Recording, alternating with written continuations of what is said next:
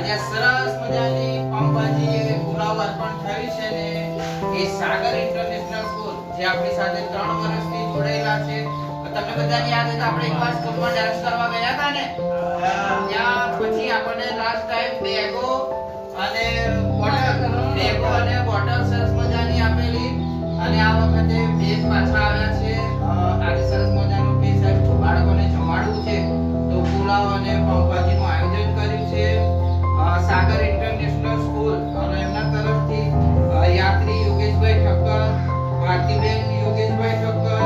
યોગેશભાઈ સાગરલાલ ઠક્કર અને ગીતાબેન જીતેન્દ્ર કુમાર સોલંકી જેઓ આપણા બાળકોની મુલાકાત લેવા માટે આવે છે. શાળાની મુલાકાત લીધી, સરસ મજાનું જમવાનું અર્પણ કર્યું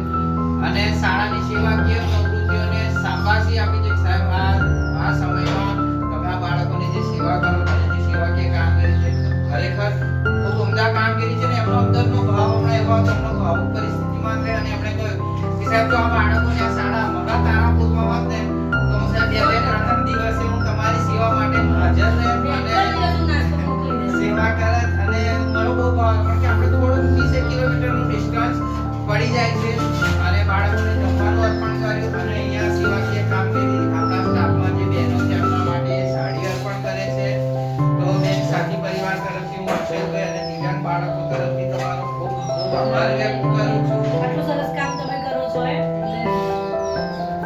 અને બેન આજે 9 વર્ષની સેવા અમે જે પૂરી કરી છે આપ સેવાની દાતાશ્રીઓ છે ને આપણો જે ભાવ છે એનાથી તમને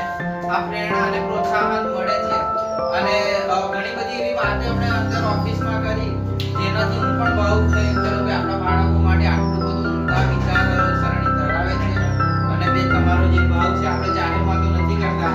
પણ ખૂબ ખૂબ આભાર અને ધન્યવાદ. ચલો બધા એક સાથે કહી દો થેન્ક યુ.